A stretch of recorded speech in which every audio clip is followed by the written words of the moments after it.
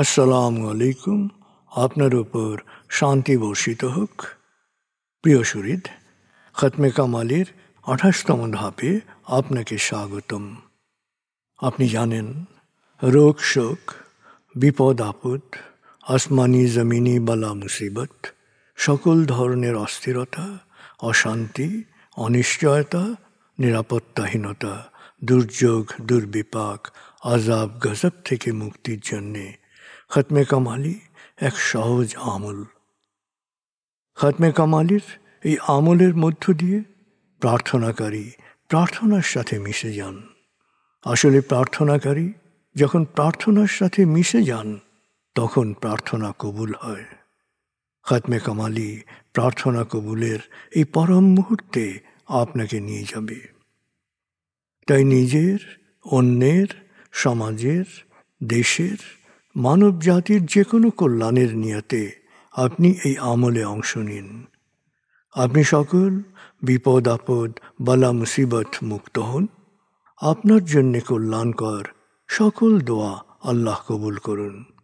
সব সময় আল্লাহ আমাদেরকে তার রহমতের ছায়ায় রাখুন। এই কামনা করে আমি শহীদ আল বুখারী মহাজাতক খতমে কামালির পুরো প্রক্রিয়ায় আপনার সাথে থাকছি। আসুন এবার আমরা ডুবে যাই সত্যের গভীরে।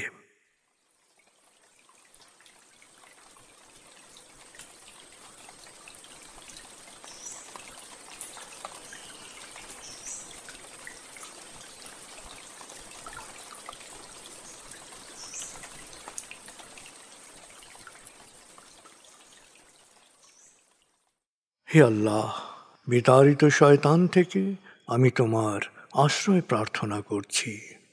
দয়াময় মেহেরবান আল্লাহর নামে। আয়াতুল মুলক। হে আল্লাহ, সকল ক্ষমতার মালিক, তুমি যাকে ইচ্ছা ক্ষমতা দান করো, যাকে ইচ্ছা ক্ষমতাচ্যুত করো, যাকে ইচ্ছা সম্মানিত করো, যাকে ইচ্ছা অপমানিত করো। তুমি সর্বশক্তিমান, সকল কল্যাণ ও মঙ্গলের আধার। তুমি দিনকে ছোট করে বড় করো রাত, আবার রাতকে ছোট করে বড় করো দিন। তুমি প্রাণহীনে দাও প্রাণ, আর প্রাণবন্তকে করো প্রাণহীন। তুমি যাকে চাও বেহিসাব রিজিক দান করো। সূরা আলে ইমরান আয়াত 26-27। আয়াতুল কুরসি। আল্লাহ ছাড়া কোনো উপাস্য নেই। তিনি শাশ্বত, চিরঞ্জীব, বিশ্ব প্রকৃতির সর্বসত্তার ধারক।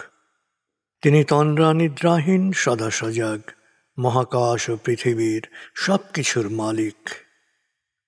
তার সদয় অনুমতি ছাড়া তার কাছে সুপারিশ করার সাধ্য কারো নেই। দৃশ্যমান বা দৃশ্য, অতীত বা ভবিষ্যৎ, সৃষ্টির সব কিছুই তিনি জানেন।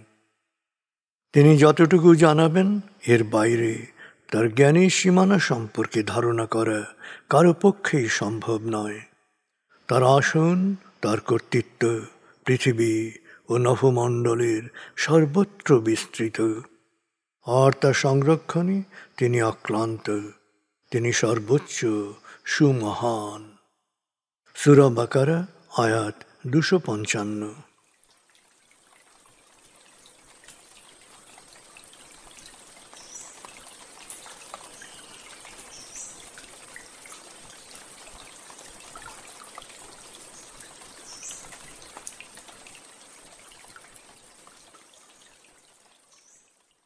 আসুন আমরা ধীরে ধীরে ডুবে যাই হৃদয়ের গভীরে নবী প্রেমে।